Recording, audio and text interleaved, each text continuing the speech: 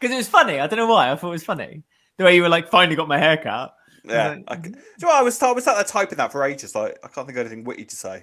Finally got my haircut, yeah. It was funny because like you made it out like it's some kind of like you're in Beirut and you needed to like travel like millions of miles to get your haircut. So far.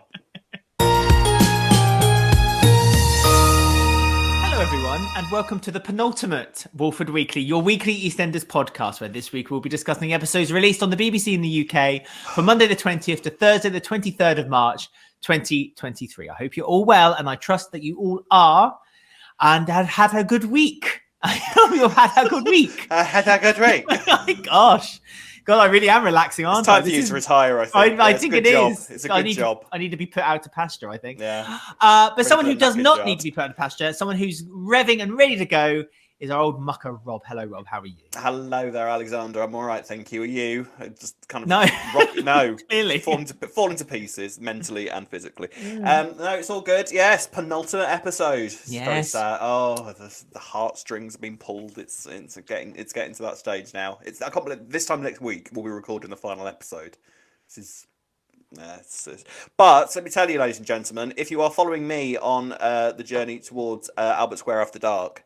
I was with my new co-host yesterday, and we were filming some stuff. So you can expect some details in your eyes and ears very, very soon. It's very. Where exciting. Can they go for those details, Rob? So I can put up a flashy graphic at the bottom of the screen if they're watching this on YouTube. You can always follow at E20 After Dark on Twitter, or the Facebook group will be changing to the Albert Square After Dark. Branding very, very soon. This week, in fact. So stay tuned for that, and all the details will be there. A lovely Facebook group. And let me tell you that our new co-host is in the Facebook group. They have joined the Facebook group, so they're in there somewhere. If you're that sort of person and want to peruse through the Facebook, you'll have a job. It's nearly 800 people, but they're in there somewhere. They are in there somewhere. So yeah, it's like, where's Wally? Yeah, exactly. They don't mind me saying that. I hope they don't mind, indeed. So I know how to play a trick. Yeah, I know. Just tricks. I've kind of met them this week as well, in the sense that I've seen a few bits and pieces. Very exciting. Very exciting. Indeed. So there we are then. Honestly, if I was a listener, which I will be a listener or watcher of the show, and I knew what was about to come, I would be I would do a little wee in my pants with excitement. That's how excited I would be. And at your age, that's a fairly common. It happens quite regularly anyway. Without me being excited, I literally just have to get up from the sofa, and it just happens. You know, it's just me. Old man Alex. I'm 40 next month. Not long to go. I won't be doing this on my birthday. Normally, I like to ask people to be nice to me on my birthday. Maybe I'll do it on the group at some point. Can I also just mention, and I will repeat this at the end of the episode, but as we said, this is the penultimate episode. Next week's the final, and we're doing of Walford Weekly, not of the EastEnders podcast, just Walford Weekly. And we will be doing a special I Ain't Want to Gossip at the end, and we're asking people if they could just ask us anything. Basically, just ask us any question. You can make it specifically to Rob if you want, although Rob's not leaving, I am. Or you can make it specifically to me, or you can make it all three of us. Ben's going to be coming along as well if he doesn't change his mind last minute, which he normally does. So all three of us should be here kind of mucking about. And we genuinely want your questions or your comments or anything at all. And you can get in touch with us on Twitter at Walford Weekly or email Alex. Can you send it just to me, please? Not to Rob, because I don't want Rob to be privy to them. So alexwalfordweekly at gmail.com, please. Any question you want, within reason. Don't ask me my bra size or anything like that. I won't be divulging into that. Double C. Yeah. But that kind of guffing. So I'm doing a call right now, and I'll post it all over social media and all that guff. And at the end of the episode as well. So yeah, just at the next week's final episode, ask us anything you like, and we'll answer as many as we can. There you go. Indeed. There we are then. We still have some Walford Weekly left to go, and we have another week of EastEnders to discuss. So shall we do it? Let's do it, Rob. Let's crack on. We shall start with Mother's Day, which was the first episode this week of EastEnders, and more specifically, Lola's Mother's Day presents or continuous presents from Lexi this week. Lexi had saved up a little bit of money in her piggy bank, and had a big day planned, but then Emma gate crashed that plan, which upset Lexi's feelings a little bit. But it caused them to be closer together, and Emma seemed less sneaky this week, like she genuinely wanted to make a bond with her family. But then by the end of the week, Emma kind of ran out halfway through them, like playing Dance Dance Revolution on the old I can't blame her. I love that. How dare you? How dare you, Rob? Dance Dance Revolution is a revolution. It's in the title. It's a great game. It's very much product of the noughties, though, isn't it? Everyone was mad on that game in the noughties, weren't they? Like all the arcades and like the little mat that you used to pull out and Dance Star and all that kind of thing. Well, see, I used to love going to the arcade. Going on holiday with my mates. So this is when I was at college, and they had a Dance Dance Revolution machine, and we went camping, and we went to a beach, and they had an arcade there, and I will never forget the song "Boom Boom Dollar" that would play from that machine. To this day, I could still recite lines from that song. Please do right now. Off you go. Ladies and gentlemen. You're going like a boom, boom dollar. But the best bit was at the end when you had to do the really fast bit with your feet. Yeah. And you go boom, boom, boom, boom, boom, boom, boom, boom, boom, boom. That was it. That's how it ended. God, you're going to be missed. Right, so... yes. So, I mean, there was also. I'm not sure whether there were revelations per se. Like Emma, obviously she ran out because this whole subject of Emma's mum kind of came into the picture, and it seems that Emma's mum was an alcoholic, and you just basically just sort of neglect her. Yes. And was just like, would just leave her in front, and not bother feeding her and just go off to the pub and just get drunk all the time, which kind of turned her into kind of like not very sure hard how to, woman, very hard woman, very hard. And then kind of just revealed that. I'm just kind of struggling to see what the thing is with Emma at the moment, because obviously she had that really weird stuff with Jay last week where she was being all manipulative and evil and smirky, and then this week there's been kind of these reveals. So I don't know if this is sort of supposed to have been sort of like an explanation for her behaviour last week, and then we're supposed to be like, okay, so this is why she is the way she is, let's just move on from here, or whether there's more to it than that. What do you think? Perhaps. I mean, she did say that she was worried. That bless you, Rob. She was worried. Sneezed on camera before. Again, the people who are listening to this podcast are going to miss that. Sexy sneeze face. Yeah, sexy sneeze face. Please send us sexy stuff. Send us a freeze frame of Rob's face. Emma was worried that when it starts getting tough, when she starts seeing her daughter getting very unwell and sick, she's going to kind of bolt it. Yes. Not want anything to do with it. So she's there for the good times and not for the bad. And she's done it once before, and she's worried that she's going to do it again. She confided in Jay and Lola that information, and Lola was like, well, you know what, we have to support each other on this occasion. So yes, you support me where I'm being very unwell, but I've got a lot of people covering my back as well. I've got Jay, I've got Pops, even though Pops has not been seen for months. I mean, he's raising money for some. I don't know what he's raising money for. Well, it's supposed to be. He's raising money for that whole kind of thing that they'd arranged for Lola and like charities and all that kind of thing. And then he went off to do work for Grant or something, didn't he? Yeah, for Lola though. It's like, but it's like for medical. I'm sure it's for like some kind of medical care or something. But like she doesn't need. So. And I don't think he's aware of like the latest developments, is he? Because used Emma into her life, because originally for her birthday, wasn't it, or something? Yes, that's right. Yeah, When Emma wanted to be a part of it, Billy was like, "No, I don't want you to be part of it. No, I'm not interested in that. Thank you very much." No. Yeah, out. But Billy's kind of gone. But anyway, the whole point is that Lola has that support unit. Emma doesn't quite have that. But Lola's kind of saying, like, if you're happy to be embraced, then we will take you on board and we'll, as a family, go through this together. Yeah. I think Emma's a bit afraid of becoming too close. And like you say, because of her past, what she's done already with Lola, which the relationship with her mum, I get it. And it does kind of explain why she was so desperate to kind of have Lola to herself. Whether that kind of continues, I'm not sure anymore.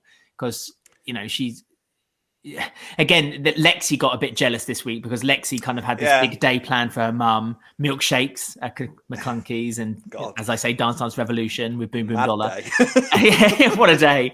What a day! And when Lexi kind of notably said that, then Emma felt guilty for doing that. So she obviously wants that relationship with her granddaughter as well. So I think Emma's kind of learning the boundaries the hard way, but at a point of Lola's life where it's kind of, it's almost too late to kind of do it with Lola. So, you know, it's kind of, a bit tricky. It's starting to, because obviously Lola's had some bad results from the hospital, meaning that the chemo isn't working, so things are really starting to kind of turn on the worse for her. And it sort of makes you wonder kind of how long Lola really has left, because she was having sort of brain freezes and sort of zoning out and sort of losing her balance again. So sort of these symptoms that have kind of just been kind of hitting her now and again are starting to become more frequent. Jay's getting more worried about her. I don't think she'll be kind of working for much longer either. It's starting to kind of suggest that this is really starting to take an impact on her life. So if Emma's going to stay around for this, then she needs to kind of be there now and say, right, no, I'm here till the end now. So whatever issues I've got are unimportant. What's important is making sure that you're okay and you're comfortable and you're happy. So it kind of makes you wonder how much longer Lola has left. Obviously, we know that there's a picture of Lola on the bar of the Vic on Christmas Day. That flash forward. We've got a lot of hints. We've got a lot of hints forward this week. So yes. So yeah, I mean, when can you realistically see it happening? Because obviously she's getting worse. I mean, maybe by the summer. I'm not sure. Where do you think it's going to go? I mean, yes. I mean, she's still quite cognitive, isn't she? She's still able to kind of do bits and pieces, walk around. Like you say, she has that moment when she kind of it's almost like when you have to do a software update on a computer, and Lola kind of goes and then has to kind of she rebuffers, you know, to use a term. And so that kind of happens. Goodness me. It's probably best ongoing, isn't it, really? Yeah, I think so. I think it's time. I think I need an update. I think you need to rebuff them greatly. So I've just got this image now with, like, on screen you also see this swirling circle. Just a picture of Lola's face just going around and around. Oh, she's having an update. Don't worry, Emma. She'll be back in a minute. I completely lost where my good. You don't deserve to be there anymore. But I am happy that they're doing this story, and I think it's getting quite soon now. But it's I don't know whether, you know, is it going to be that she wants to die at home? Will she be at the hospital? You know, they like the hospital set at the moment. They're kind of using that. They do, but I feel like it's going to be a death at home. Yeah, it feels right for it to be at home. You know, kind of, you know, the whole surrounded by her family, cradled in Jay's arms. Most likely, there'll be a kind of final scene between him and Lola, where she'll probably die in Jay's arms, and Jay will collapse and dissolve into tears, and it'll all be very heartbreaking. And I think it is going to be heartbreaking. I think the way that they played this storyline hasn't really been done for kind of cheap thrills or anything like that. They haven't thrown a huge amount of melodrama at it. They've made it very honest, very sort of realistic.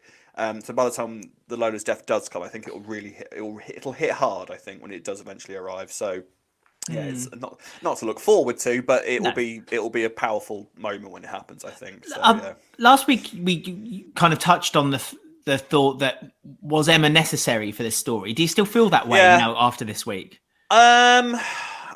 She was better this week, I think, you know, so I think what my issue was, I don't think it was necessarily that Emma wasn't necessary. I think it was just the additional sort of element of her being all sort of mwahaha, that wasn't needed. And they seem to have sort of settled that down and sort of given her a reason for as to why she was doing that this week. And she seems to have kind of apologised and sort of tried to make her peace. I don't think Jay trusts her as far as he could throw around the piano. But, you know, I think he sort of accepted it and was just, and as long as she behaves herself, I don't think Jay will have an issue with her being there. So it's how she behaves from this point onwards will kind of answer as to how necessary I think she is. But in terms of her position in Lola's life, because we know Lola's backstory, you know, kind of foster homes and eventually ending up with Billy. So it's nice that she's kind of got her mum back in her life for her final days, so to speak. But yeah, that's necessary. But yeah, it was just that moment last week felt a little odd. So hopefully that won't return too much over the coming weeks, but we'll have to wait and see. Yes, absolutely. I wonder if they're going to put it on hold for a little bit now, because it's kind of like if they carry, you know what I mean? It's like where the story will kind of be put on the back burner for a bit. Maybe some different stories will be put forward. Yeah, I mean, the thing is like this. A lot of the time, soaps will almost do sort of the edited highlights of what someone goes through when they're going through this. You know, like every time a new symptom would turn up as the illness gets worse, that they will show that, rather than kind of being a constant sort of, and which is what they've done here, which is quite nice. That they've kind of, I mean, Lola's exit was announced like early last year or whenever it was. We know, close to when Chris Crenshaw first started, and they've still kept this going and kept it going. So she's had like this it will be nearly 2 years by the time she actually probably leaves, which is nice, I think, and it's how it should be done. It's kind of like an honest telling of the story and how the families are affected, how the person is affected. And dealing with how Lexi's going to deal with it as well, because as trying as Lexi can be at times, you are also dealing with a young girl who is watching her mother die before her eyes. So that's kind of quite a big story to tell, and that will affect Lexi growing up and will affect her character moving forward. One of those kind of altering moments that happens to a lot of kids in soaps these days, where something horrific will happen to this child, and then that will sort of move them forward as a character moving forward. So I think it's been done well. I think it has been done well. I'm wondering what plans they have for Lexi, actually, from this. I wonder if they've got an idea of what they want to do, because obviously, how old is she? 12? Is she, Lexi? I think she's younger. I think she's younger than that. Is she? Okay, yeah, because she's got a few years to still go before they can maybe do some heavy. I want to say 9. Oh, really? Okay, so she's got a few years to go before they can do some really quite heavy stories with her, like what they're doing with Amy at the moment. And she's at teenagers, I suppose. Yeah, she's a lot younger than she's a lot younger than Lily, isn't she? Yeah. So Lily's 13, so I think she's about 9, something like that. Yeah. So but I'll be interested to see what they kind of where this takes Lexi's character, because obviously, as you say, with the death of your mother, it's going to affect you. It's going to affect you in a way. Even as an adult, it affects you in a way. It's a part of your life that's been taken away. And as a child who's dependent on their parents still at that age, it's going to be a huge part of her life taken away from that. So that'd be interesting to see going forward too. Oh, lovely. Okay, so next up then. Start. Yeah. Next up then, we have feet to talk about. Oh, good. Stacey's later is in trouble. She decided to go to Loan Shark for a little bit of money. I'm presuming that was the loan. 50 Shiv. Yeah, Shiv. Again, what is it with, right? Because they had it when Mick went to prison. The camp, like bad people. He's not camp. He was a bit camp. He went boom. If you don't do, I go boom. I think it's the licking of the bean tin. Yeah, I think it's it's more to signify madness, I think, rather than campness. Shiv's People come mad, here for campness. Well, and the guy, the Russian shifty. guy, Shifty Shiv, and the Russian guy when the one that died in the back of Vinny's car. Yeah, he was camp as well. He was just Russian. Oh, I see. All Russian people. Sorry to any Russian listeners out there. Yeah, sorry to break that to you. That's an irony, isn't it? Don't tell Putin. Although Putin does like riding a horse with his top off. I mean, we all? That's a bit Brokeback Mountain, if you ask me. Oh God, I'm in trouble, aren't I? Yeah, you are. I'm being watched now. Yep, that's you, Dan. That's you. Yep, they're on you. Is that a red dot? Is that a red dot? Yeah. Around your head there.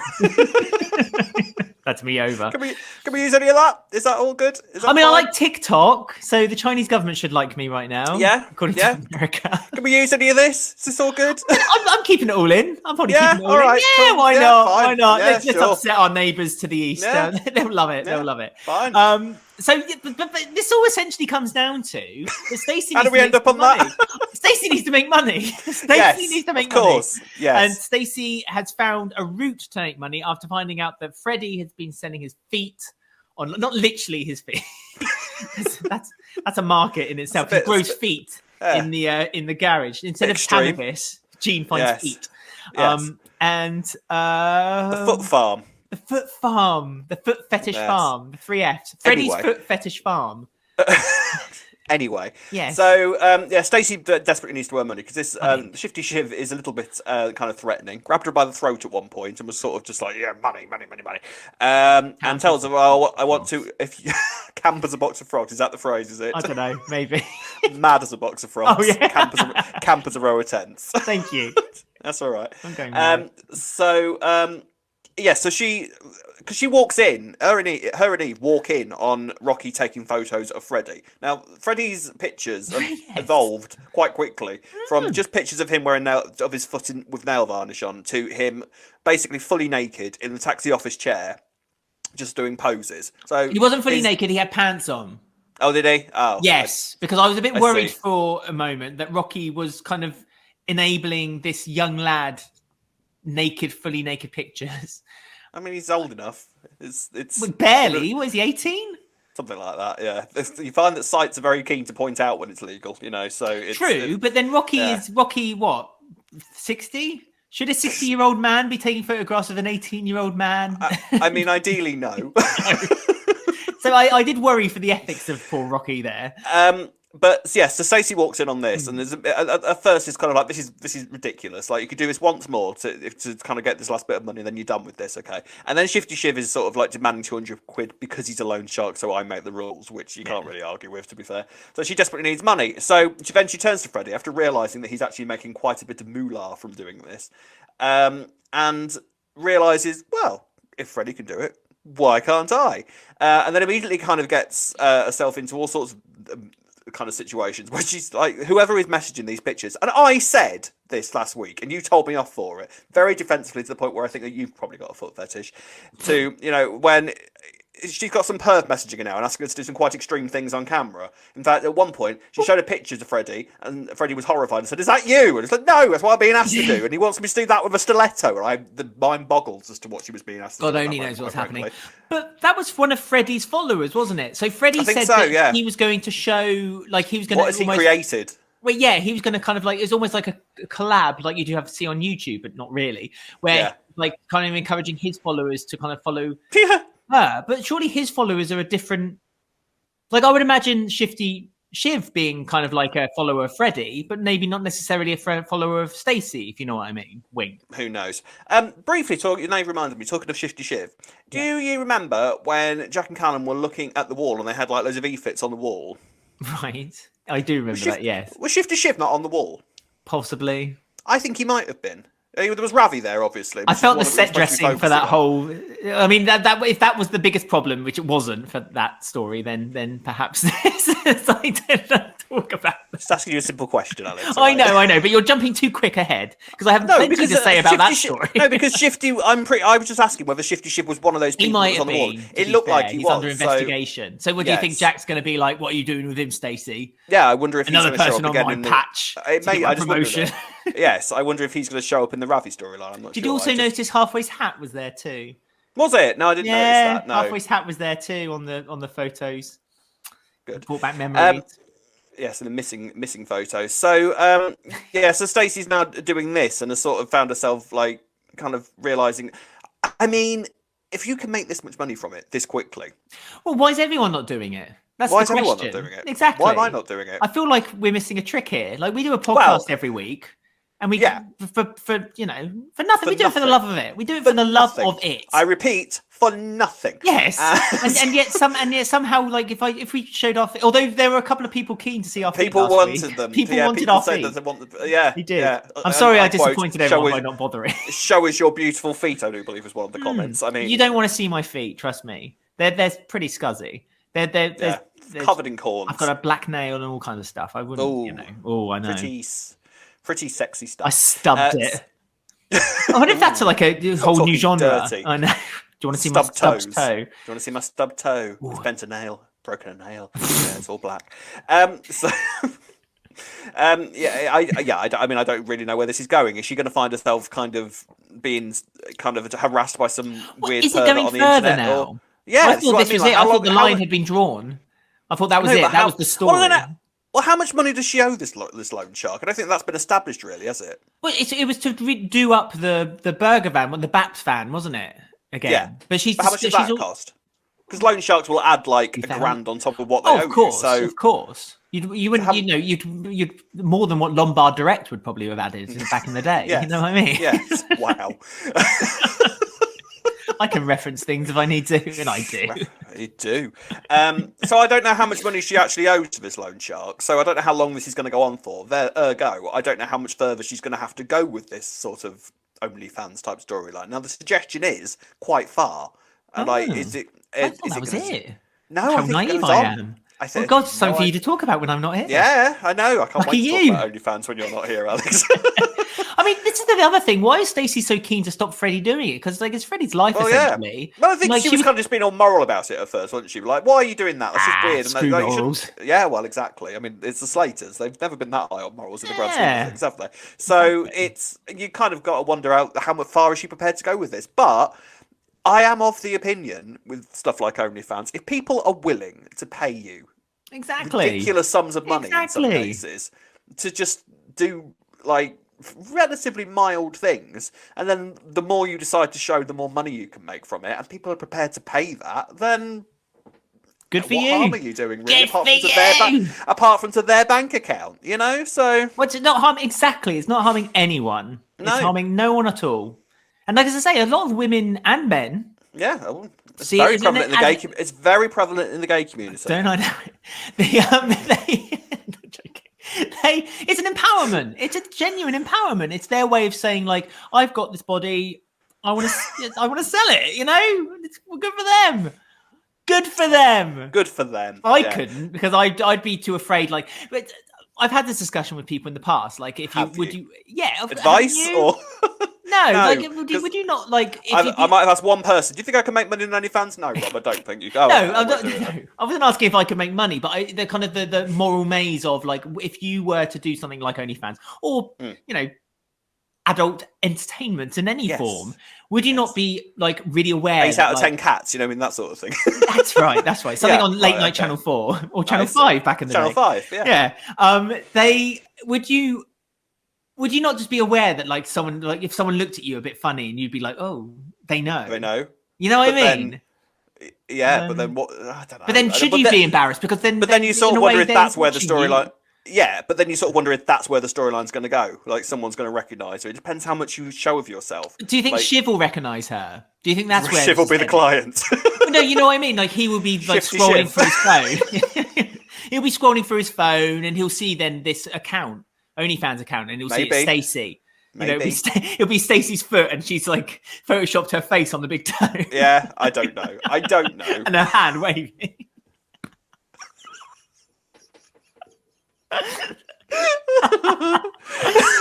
Oh my god, I really want to see that. I don't know is the honest answer to that. It's a mad story, isn't it? It's a very mad story, but I am intrigued by it actually. I'm sort of just like it's an interesting like the topic of sort of that OnlyFans and like paying people to, you know, it's a fairly interesting topic to cover.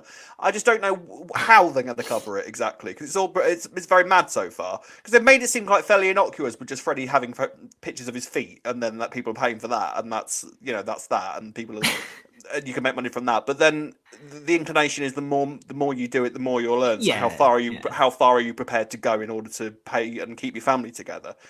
I think is going to be the basic issue with the storyline, isn't it? Somewhere about there. But it's like I say, if it's making money, good for them. Yeah. Freddie's making them. I don't know why they didn't just let Freddie get on with it because Freddie's making good money from it. He is, and he's able to kind of like pay off, like put money. He said like 2 weeks ago, family is the most important thing to him. So yeah, just let him get on with it. I mean, it's off with the Slater family at the moment because Stacey and Eve are obviously working in the van, and Eve's got doing jobs for the Panda Stars and getting. Isn't she just? Isn't she just? And then Stacey's doing the van, and then the occasional cleaning job with Jean. Jean does the occasional cleaning job, and then what? You've got Alfie who kind of will do the odd dodgy thing here and there, not really earning that much money. Freddie is probably earning the most out of all of them by taking photos of his feet. It's a very strange financial setup at the Slater house. No wonder they're all skin. You know, so. True.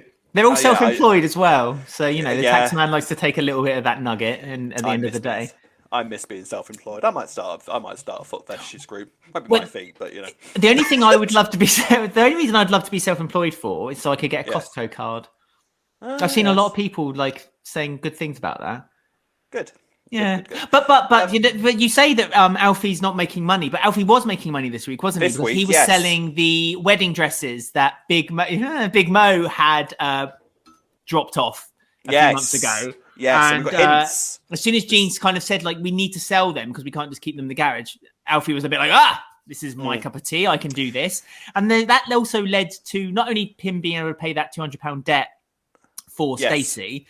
And being a bit more intertwined with that story, but also it kind of led to a couple of other stories that are kind of linked to it as well. Kathy and Rocky's wedding being namely the main one, and also Keanu and Sharon kind of like discussing it. And going back to Christmas, we saw that dress. Yes, saw the dress. Now, it's really funny this, because like I said, I was with my future co-host yesterday, and we decided to watch yesterday's EastEnders together, just to sort of get ourselves in the mind frame of it. It was a lovely moment. What snack did you have? Sandwiches. And that's the most British answer in the world. What did you snack on while you're watching a TV show? Do you want a couple of sandwiches and vol au vents? And a pot of tea. Genuinely did have a cup of tea as well, yeah. Cheers, And before this wedding dress malarkey started, we said to each other, we happened to say to each other, I don't understand how Sharon ends up with a knockoff dress. Like, why would Sharon have a knockoff dress? I'm still not entirely sure that was completely answered by the end of the episode, but this is how she's ended up with it. Is that she's kind of basically she sees this dress and basically really likes it, and Keanu is clearly planning on proposing to her, so that is how the dress will fall into Sharon's hands. And especially, this is the thing, I still kind of irks me somewhat that Sharon would want a dress from off the back of a lorry, essentially, and she will know that it's from the back of a lorry because she knows who's selling it to her. Right, when she's got the likes of Kat bragging about that Phil's taking her down to Chelsea, where he used to, quite like Sharon's lines. Oh, does he still go there? I thought yes, that was quite a nice moment. But we've seen the dress. It's there. It's within Sharon's grasp, essentially. So that is how the dress has come into Sharon's possession, and we've kind of got a good idea now that Keanu is going to propose to Sharon. So does that now confirm that the wedding that Sharon's wedding is to Keanu on Christmas Day? Is that where we're looking? It seems to be going in that direction. Maybe. But then also, all of these wedding dresses are there. Kathy's going to have one. So Kathy has one. She bought it, and she's going to get the sewing machine out and sew all up with her jumper. Like that? Mention of Kathy showing Miss Sewing Machine. She's like, please. I mean, they're doing it a lot recently. They keep please you. They are. They just love throwing back to that 1986 duff when she said she couldn't make enough jumpers to fulfill the order. It's a wonder the show lasted. That was genuinely go back into the past. If anyone, how are we still talking about it all these years later? Go back to an episode, and the duff was that Kathy might not be able to make enough jumpers. To fulfill an order that she promised someone. Up there with You Ain't My Mother. It really is. second only to that. Yeah. So it was interesting this week, and also I think we can mention it here while we're talking about like little hints for Christmas. Linda was on the phone again to her mystery benefactor for the Vic. I still have no idea who this could be. Genuinely no idea who this could be. No idea. Unless it's Mick. I mean, we've been blindsided. Do you want to buy this pub that you owned anyway? Does that interest you at all? Yeah, I know you're covered in seaweed right now. It has to be someone we know. It has to be someone we know.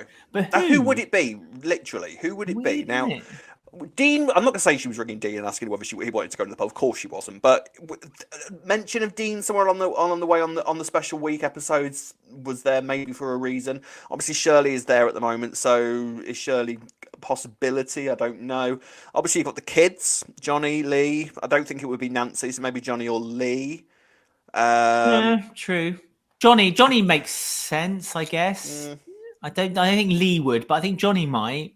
Knowing like how they left. Yeah. Well, I can imagine Lee going, but I don't know. I genuinely don't know. It's a lovely mystery that I genuinely don't have a clue who she could be on the phone to. So that hopefully will be a really nice surprise moment whenever this character shows up. In this, and then somehow we've got a suit of armor in the Vic as well. No, that's going to land there. I'm so glad that you brought that up. I was literally about to drop that one as well, because that suit of armor, as you said, was in the background of the flash forward. Yes, and there's lots of rumors going around on the internet. People go, "What's that?" And there's a line this week where Stacey said to Alfie, "You have been our knight in shining armor." Do you think that's a hint to something? Would she ring Alfie? No, because she just talked to Alfie. She wouldn't just ring him for that, would she? No. Of course not. No, I don't think so. But what I mean, again, how is Alfie? Why is that a reference to the art? Maybe this is it. Everything's a reference now. Everything's a reference to that. I love it. It's very exciting. But it makes you wonder. It's because would that mean that Alfie's the one on the floor who's been killed? Maybe. But then why would they do that? Because they kind of had to quickly revert Alfie back to his cheeky, chappy self before he left last time, because he kind of left on a real bad. But we know that Kat and Phil are getting married, presumably on Christmas Day, because that's when all soap characters like to get married. So it's would Alfie manage to ruin that at some point before then? Probably. So could he be marrying Kat by then? So he might be wearing cufflinks? I don't know. But then Sharon's getting married. It's all very confusing. And it's supposed to be very confusing. I genuinely have no clue. What because there's a lot of people also rumors that basically it's kind of giving the impression that like the 6 ladies, one of them has killed that person on the floor. But not necessarily. There's also that kind of thought theory that they may have found him, or there was a struggle, or something along those lines. Something else happened. Well, they've all got like injuries, haven't they? So that's why. So I wonder if I don't know. It's mad because it could just be like the person on the floor could not be murdered by any of them, and they just got in trouble. Maybe. Oh my goodness! Maybe so much. Who knows? We don't know. We're not supposed to have a clue at this point. So no, it's we're exciting. Not. And Siri doesn't know how to respond to it. Siri doesn't know. Siri has no idea. Does not know how to respond to it. They've confused Siri. They're confused us as well. So I mean, who knows? I don't think much does it really. Let's be honest. Okay, well, I think we've exhausted that story. So let's move on to the next one coming up. Baby Peach was memorialized this week through a peach tree. Is that a word? Have I made words up again?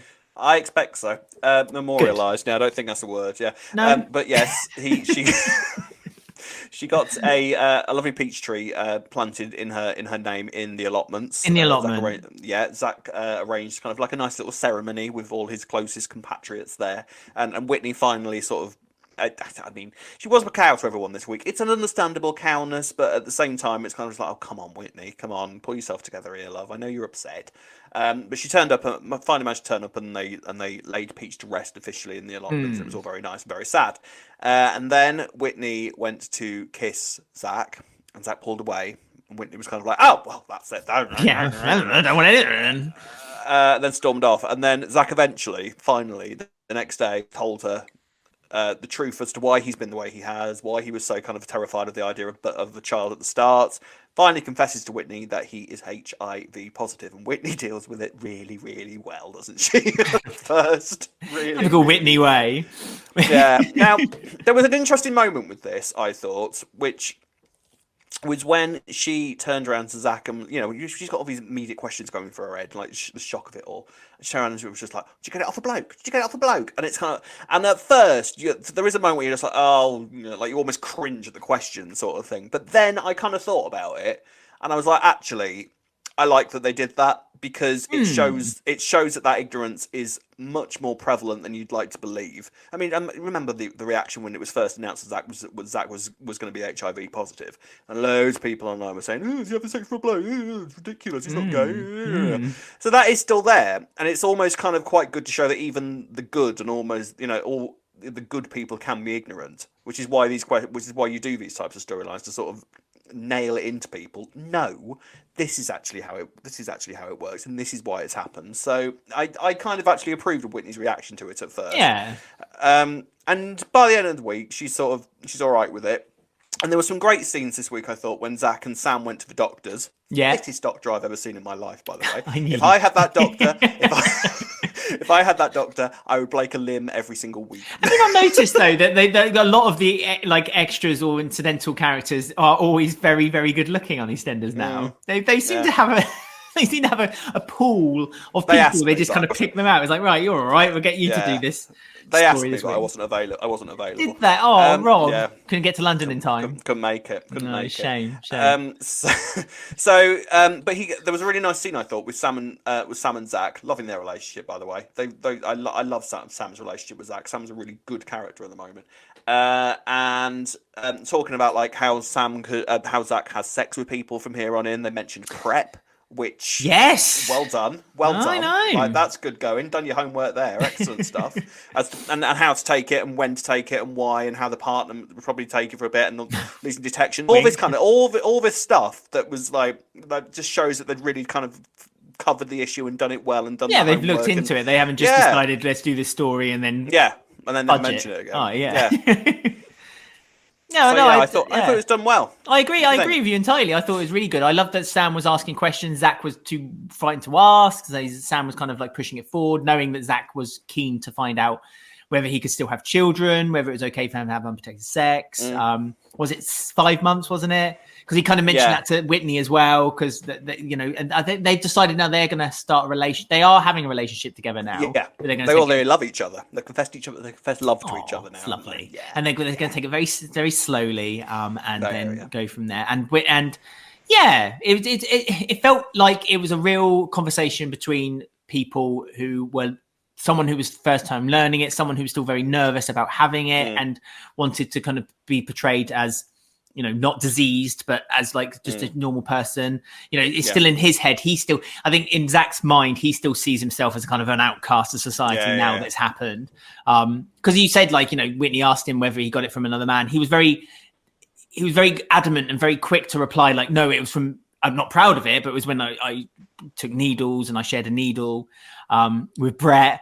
I thought Brett would be coming back this week as well. You know? I think we're done. I think Brett's done his thing. Really? Oh, I love Brett. I think Brett came in, dropped the news, went off again. I think that was Brett done. I'm afraid. Dropped the mic and went off. He's Zack's still keeping it secret from Sharon, and Martin, and his immediate friends. That's next, I think, isn't it? Exactly. Only people who he's had sex with seem to be the people who know right now.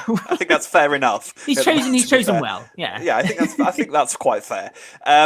So but the interesting thing will be when Sharon and Martin find out. Martin especially, I'm really keen to sort of see Martin's reaction to it, and you know, I mean, they mentioned Mark already, so clearly that's going to be covered. So with Sharon as well. So I'm really intrigued to sort of see Mark and Sharon's reaction, and then sort of sees. I mean, it's not like this is the sort of thing where you have to make an announcement in the Vic or anything like that, but it's sort of like, it's interesting to sort of see how Zack now goes on. He's done the hard part in telling Whitney, and Whitney's now got, you know, accepting of it, and obviously, and then is, you know, they can begin their relationship and all is well there. But it's going to be interesting to sort of see how he tells Sharon and Martin, and what the reaction there is going to be. Supportive, obviously, but I think it's going to be an interesting moment for Zack and Martin in their relationship to sort of see how that goes on. So I wonder if Martin would, because I think Martin would be supportive, but I think there'd be a bit of a shock to Martin. So I'd be interested to see how Martin will take it to begin with. Like, he'll be a bit like, oh, you know, and then oh. And then and then it's going to be interesting. And then nice fish and chip dance. Yes, that was him and Kush, wasn't it? I know. Yes. So yeah, well, that'll be good. So yeah, there was some nice stuff with that this week. Peach laid to rest, and Zack kind of confessing to Whitney. So yeah, some nice stuff with them. Memorials on the square. Can you name any more that's on the square? Because there's quite a few of them. There is Arthur's bench. Arthur's bench, obviously, he loved this place. Denny's bench. Denny's bench, the West Ham bench, Chantel's tree. Chantel's tree. There's another tree in the garden as well. There's another tree in the garden. I can't remember whose tree it is. It's a really obvious one as well, isn't it? Oh, whose tree is it? Nigel Bateman. Is that his clue? It's not his. It's his ex-wife. Debbie. Yeah. There's also something in the allotment as well, isn't there? There's we talked about it last week because they found Arthur Casterbury in the allotment. Oh yeah, true. It's like a graveyard, that allotment. Den was buried under the Vic for a little while, wasn't he? But then he was So that Owen was in the gardens for a little bit. Owen was, and he dug up by a dog. Yeah, that was true. That was true. Do you think they'll have a memorial of Walford Weekly? I mean, I'm happy to bury you in the garden if you'd like that. Is that bury me in the garden? I'm happy to do. I'm happy to do that. Stick a nut tree over you. I'm quite happy to do that. I know. Yeah, I'd love a nut tree. We were talking about having a nut tree. Yeah, that'd be all right. Nice, wouldn't it? It's the only one I can think that would suit you. In all honesty, a nut tree. A nut tree. Lovely. Oh. So I'm glad. Yeah, so yet another memorial in the set of Albert Square. Come the summer, they'll all be eating peaches. It'll be lovely. They will. It'll be delicious. A delicious treat for everyone. Like a peach. I have a peach if it's offered to me. I like peaches with ice cream. I'm a bit traditional. Mm-hmm. Like you and your sandwiches and a cup of tea while you're watching a film, you know? Yeah. There you go. Lovely. Okay, so final story coming up, and then we got and then we got I Want to Gossip. So we got some of your comments coming up there. So we got the final story coming up next. Jack is getting himself into a bit of trouble with his investigations. At the top of the week, he said to Denise he was taking it very seriously, up all night, drinking 3 cups of coffee before the sun has even risen. Madness.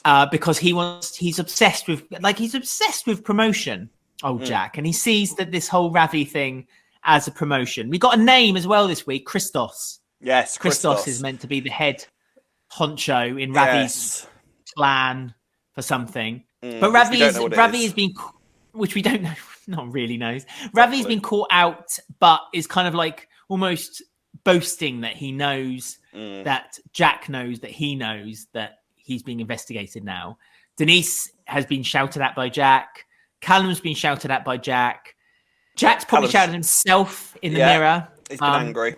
He's been angry, basically. And this has kind of unraveled a little bit for Denise more, because Denise had the power by saying, like, oh, now everyone knows, stop hassling me. And Ravi's a bit like, oh, no, I'm going to carry on hassling you. You can still get me information. It feels a little bit weird and a little bit odd that he seems to... I think it's more than the investigation, isn't it, with Ravi? I think Ravi just wants the power on Denise and knowing that one day she may give in and he will then end up sleeping with her under a very fuzzy way. You know what I mean? And so it does feel a little bit that he's now targeting Denise in this way. Yeah, I wonder if that is where this is going to go at some point. Like, there's going to be some other thing that Denise needs to keep from Jack that will really kind of mess things up for her. Like, I think she thinks that if Ravi reveals this, then they can maybe survive that, because she's kind of very much planted the idea in Jack's head that their marriage is on a shoestring anyway. She did, didn't she? She said, which I don't think she's really said to him before, and it was in the middle of a fairly innocuous argument as well, wasn't it? It really was. You do realise we're on the brink, don't you? And Jack's like, oh, wait.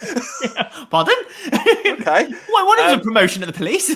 But I wonder if that Ravi's going to keep kind of pushing this until he's got to the situation where he goes, all right, I'll make all this go away. I'll stop messing Chelsea around. I'll make sure that Jack and you are absolutely fine, and I'll leave Walford if you sleep with me. And that's how, and maybe that's kind of where the direction's going. Dirty though, doesn't it? Well, it does. I was talking earlier about OnlyFans and like this and the other. This is like kind of like, do you know what I mean?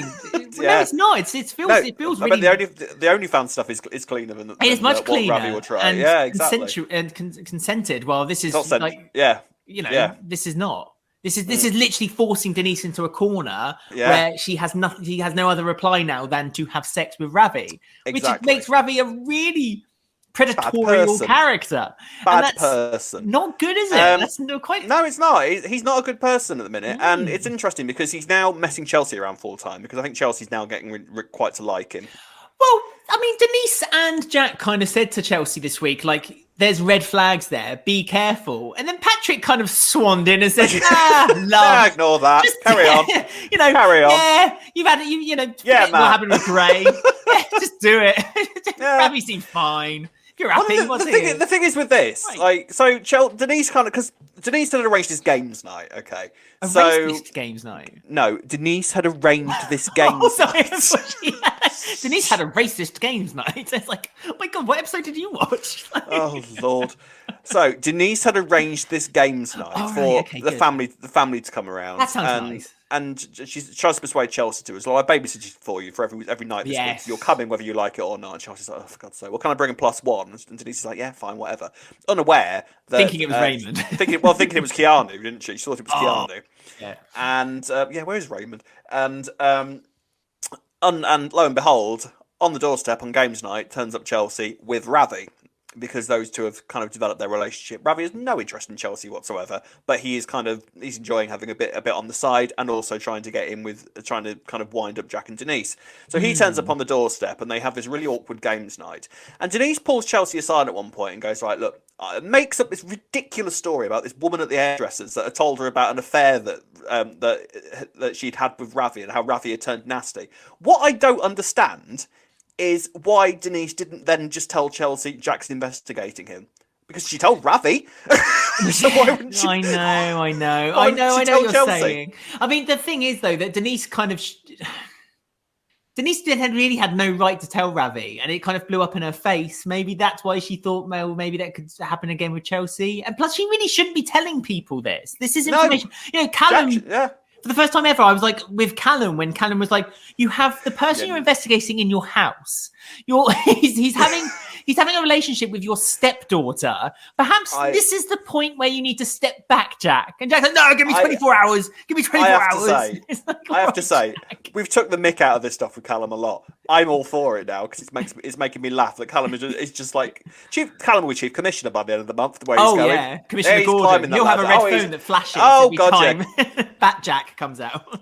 Commissioner Halfway is on his way. I'm telling you now, because he is basically just laying the law down to Callum. He's like, well, to Jack, well, I'm going to tell the inspector that all this is going on in 24 hours if you don't sort this out. And Jack's kind of like, I'm your boss. And Callum's like, I don't care. I'm going to do it anyway. So yeah, I'm low key loving all this stuff with Callum. It's hilarious. It also also cracks me up that it's coming at a time when like the Met Office is being investigated in real life as well. It was like life imitating art. Yeah. I mean, the fact that Jack had turned around to Callum and said, "You're saying all this with Ben Mitchell as your boyfriend," and Callum's like, "Yeah, doesn't matter. I'm above the law. You're not. So do as I say." It's great. Bring it on, Callum. It's amusing me greatly. This is it. Callum's got the Mitchell family attached to him. He's married into the Mitchells, and yet he is telling Jack he's got the moral high ground. Yeah, what Jack is doing is possibly. But then it started off quite on rocky ground to begin with, because really should Jack have been given this investigation with the commissioner or whatever, knowing full well that Jack lives in the same square as Ravi? Well, I don't know about that, because like surely it would be 10 times easier for Jack to investigate him in that regard, that's wouldn't true. it? So maybe that's all right. I don't know. It's just that Jack can't hide around corners very well. He's no Denise, is he? Denise hides in plain sight. She can just literally stand there and no one sees her. Yeah. Where's Denise gone? the thing is though, obviously Callum knows that Denise and Ravi met up at some point as well. So that's still to kind of come out at some point. So, and you could tell that Callum this week was sort of tackling that and sort of trying to battle with that. And do anything? Poor Callum. It was all in a ton. Callum loves his chips as well, doesn't he? He was constantly coming out of Beale's place, wasn't he? The chippy. Yes. Getting himself a box of chips. And Savoy. Maybe. Yes. So in the end, beef fritter. Is that what you'd like? Is that what you'd order? I mean, can you order anything from a fish and chip shop? Is that in your vegan? Is that in the vegan remit? Yeah, but can you though? Because are they not mixed them with all? The oil thing? Nah, yeah, I'm not one of them vegans. Not that bothered. Oh, it's. I'm not eating. I'm not literally going into the oil vat and like getting spoons of oil and eating fish oil, am I? No, that's true. So comment below anyone who disagrees with me and calls me a bad vegan. Oh, they will. Don't you? No, worry. they will. They will. I've completely lost my train of thought now. What was I saying? Callum likes chips. Before that, Jack investigating and shouldn't be.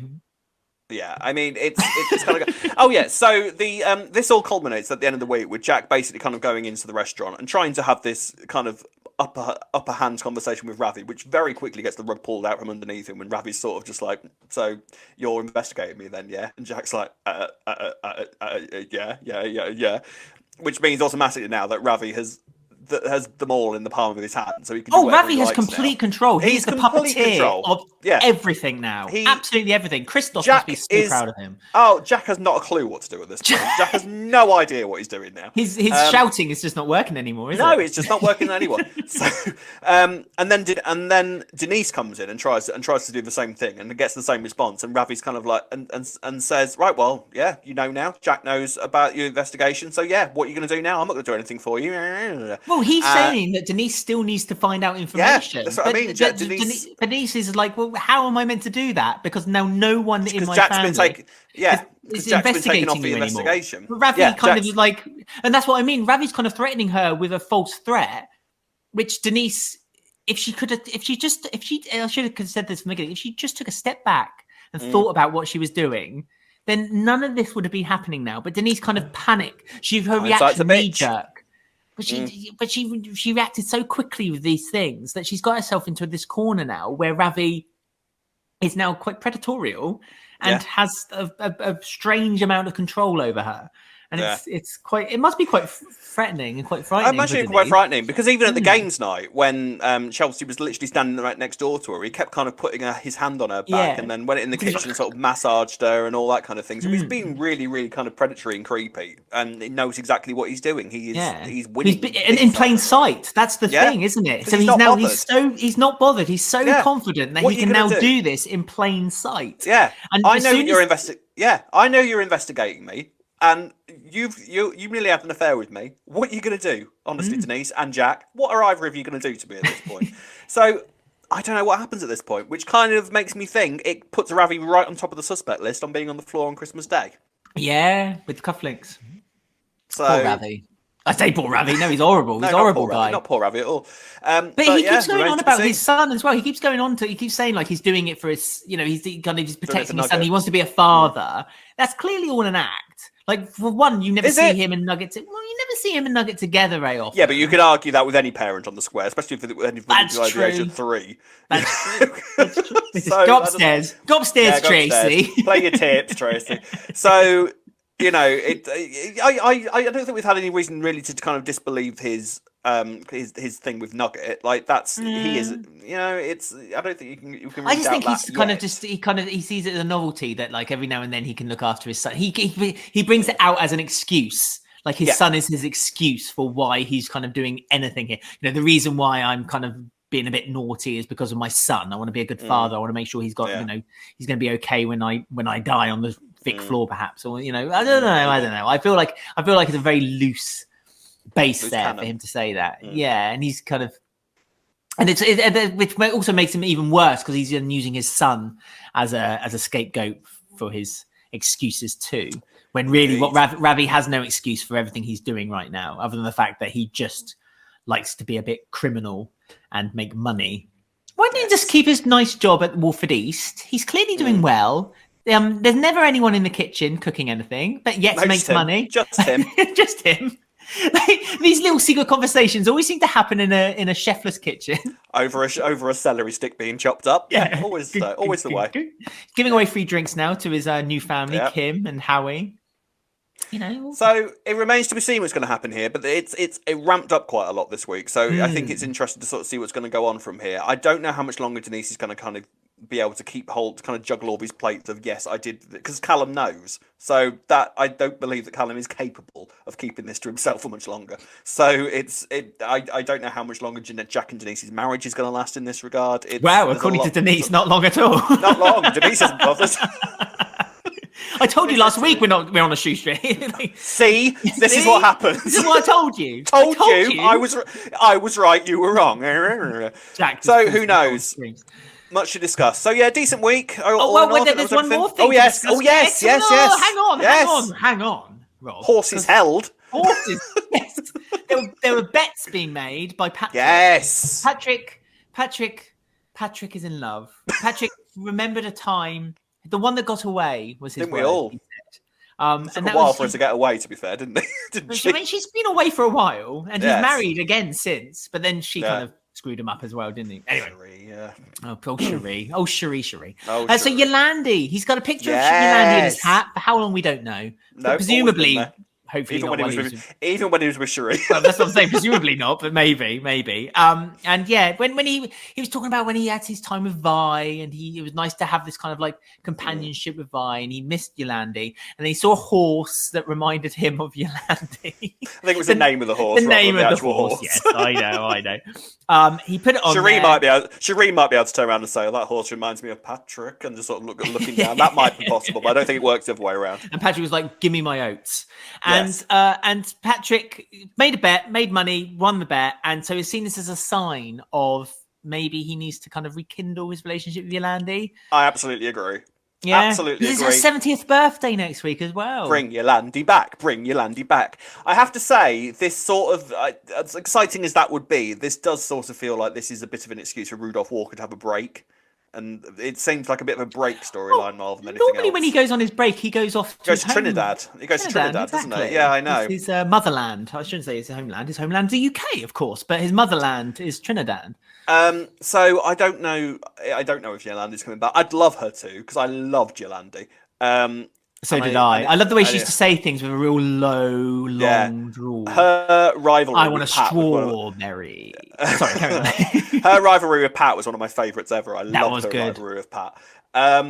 So I'd love to see Yolandi back. That would be great. But do you think she will? Do you think he's going to be able? Because he's tried to win Yolandi back in the past. To be fair, he has. Because Yolandi came back for like a couple of episodes at one point. I think. Well, she was CEO of Minute Mart. Yeah, she really rose through the ranks as someone who worked as a customer service advisor. Yeah, which Suki now apparently owns. I think that might have been retconned ever so slightly. The kind of the hierarchy of the Minute Mart. Well, we discussed this, and we kind of decided that it's Minute Mart it's become a franchise. So you take the Minute Mart name, and you buy it. But then you can basically fit the shop the way you'd want to do it. Yeah. So we did that for EastEnders, because we're kind. You're welcome. You're welcome, EastEnders. So we decided it was a franchise rather than a chain. Now, but I guess she's retired. She's of retirement age, unless Yolandi likes to work. She's the new Lord Sugar. Wasn't she? They should have Yolandi doing The Apprentice. Yes. So that's very exciting potentially if Yolandi comes back, because I'd love to see Yolandi back. It would be really nice for Patrick and Yolandi to be back together at this stage in their lives. So I'd massively look forward. Do you think she could be a character that comes back as a permanent character though? Because Vi's gone now. There's a space. The generational thing. There's not too many older characters on the show at the moment, so Yolandi would fill that role nicely. Yeah. So yeah, bring it on, and she's got all these established characters that she bounces off anyway, because who all know her. Because the Fox family have kind of remained all this time, really. So it would be nice. So it's not like she can't come back and sort of carry on where she left off. So yeah, for sure. What if? Yes. Linda has been phoning Yolandi the whole time. Why would she do that? Because Yolandi has money. She might have been. Yolandi might want to. Linda phone her. I don't know. You never know. Maybe Yolandi was like, "Oh, I fancy. I really want to start. Have a little bit of like extra pocket money in my retirement fund." The Vic's not making any money, but stop it. No. Let's just try that instead. I mean, it might be a slight grasp at straws there, Alex, but you never know. You never know. Why not? You never know. Stranger things have happened. There's feet being sold online at the moment. That's true. Anything's possible. Time will tell. Right. So that was that for this week's EastEnders. Decent week, I thought. Some nice stuff going on, and it ticks along nicely. This is a good era. And now, ladies and gentlemen, we shall now go into the penultimate segment of I Ain't Want to Gossip. You know me, I ain't want to gossip. This is the part of the show which we have been doing for almost 5 years, where we read out your comments that you've sent to us on our email, on our Facebook group, our Twitter, and our Instagram pages. I've got 2 comments again this week from the Facebook group. And the first one is from Tracy. Tracy, love.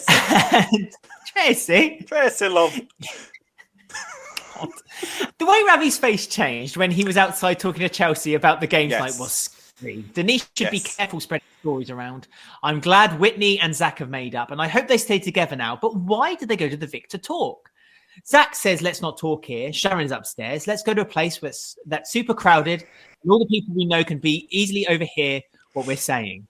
It's kind of quite a common thing, though, isn't it? Like, so many characters over the years, have said, no, let's not have this private conversation here in private. Let's go to the Vic and have this conversation. Not here.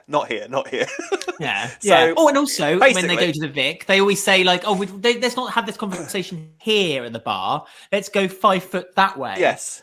And have a conversation, because no one will hear us there. So it's kind of like, it's like you say, it's a bit of a drink. Soapy tropey, isn't it? They just want a drink. That's all it is. They just want a drink. So, because drink salt makes difficult conversations much easier. That's true. Was drunk and we know that Sharon's house. I was drunk as a skunk when Walford Weekly. You told me that Walford Weekly was finishing. Absolutely hammered. Well, were you drinking warm Chardonnay like we get from Sharon's house? No, vodka straight out of the bottle. Neat vodka, like they do. like some characters do when they receive devastating news. It's down a bottle of vodka.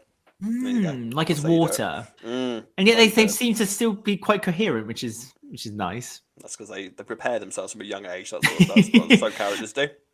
Next. But we said about Ravi also, just to say about Ravi also, his face change. He has that kind of like Jekyll and Hyde side, doesn't he? Sinister. Yeah, he's very sinister. They've really been building this thing up with Ravi recently, which I have to say, I think Ravi's actually making quite a good villain at the moment. I think it's working well. It's working well for his character, I think, because I wonder because when the whole kind of Kirat thing sort of happened, and it's going to take a bit of convincing, I think, for both of us for us to be convinced that was how that story was supposed to end.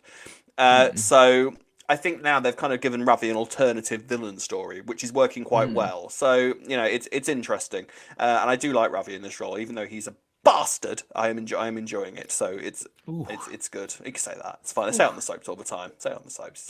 Yeah. Bitch, bastard. All the B's. The B's are allowed. Yes, B's are allowed. It's the F's, the C's, and the S's that you have to be careful with. Exactly. Ben, not Ben, but Ben Cook.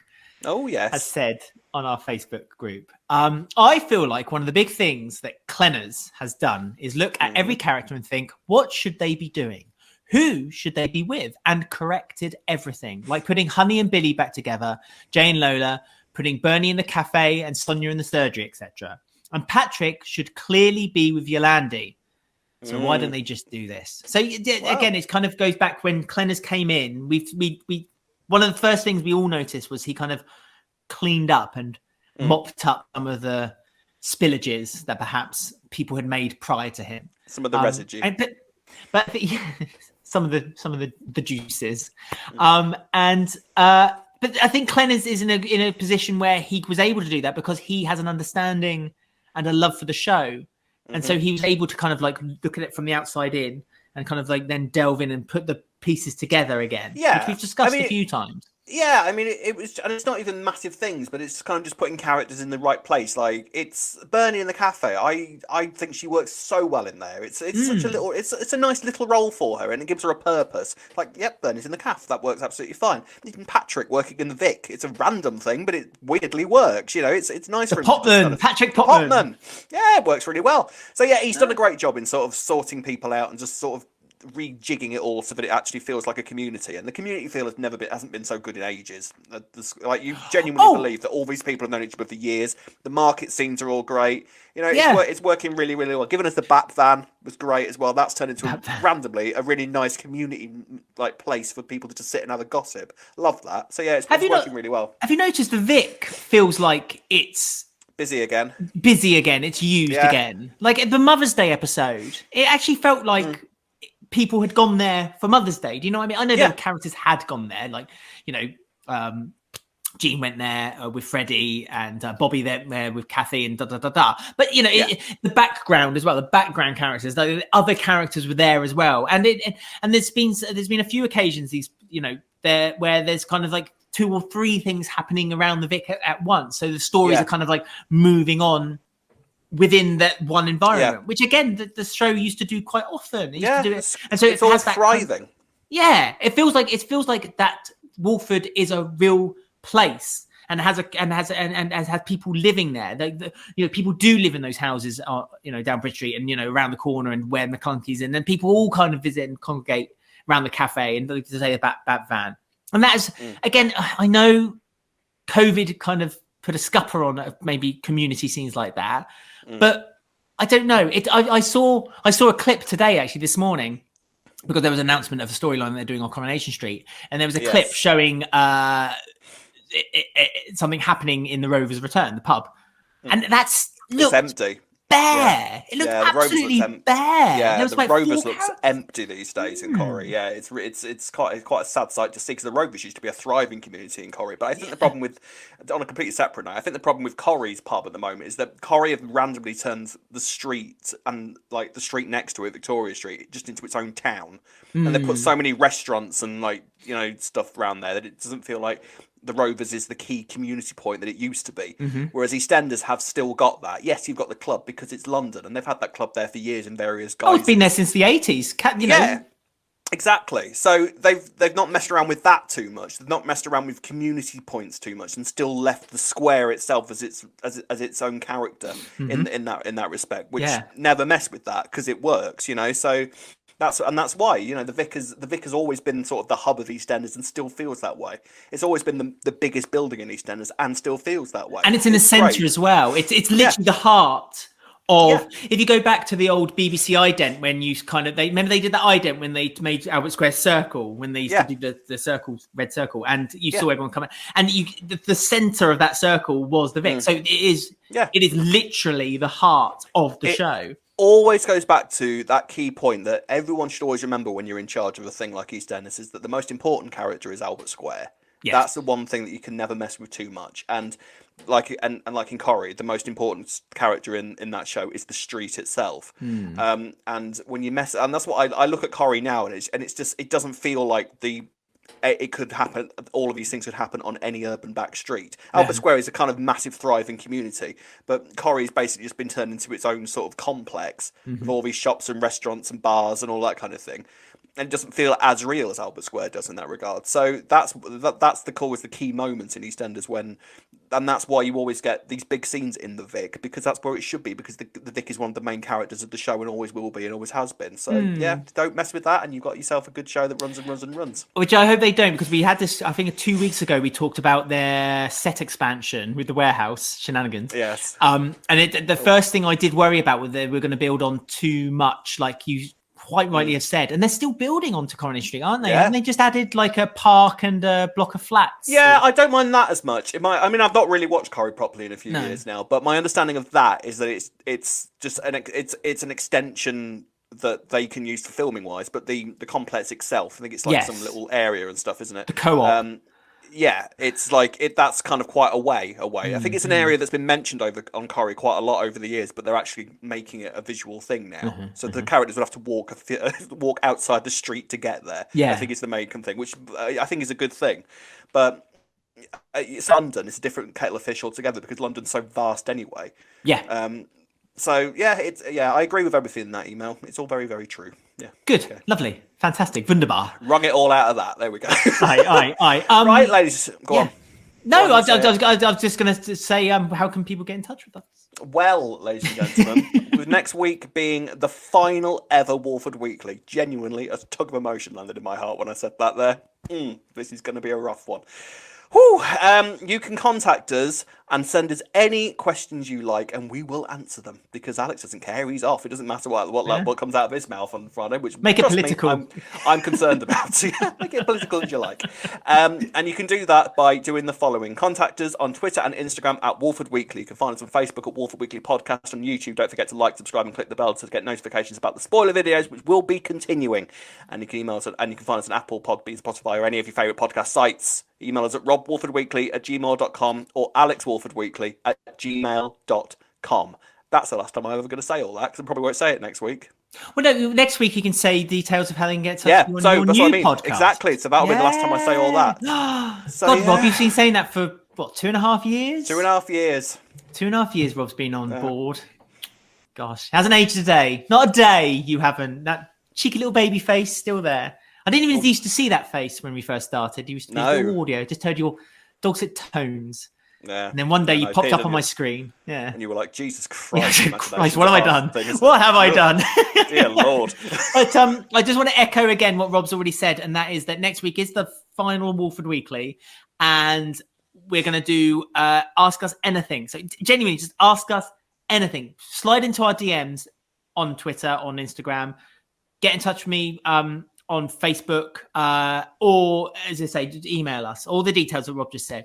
Ask us anything, absolutely anything you like, and we'll be answering as many of those questions as we can. It should be a lot of fun for the final episode. So it's going to be an emotional one, ladies and gentlemen. Do not miss next week, the final ever Walford Weekly. Until then, it's goodbye from me. And goodbye from myself. Bye. Bye.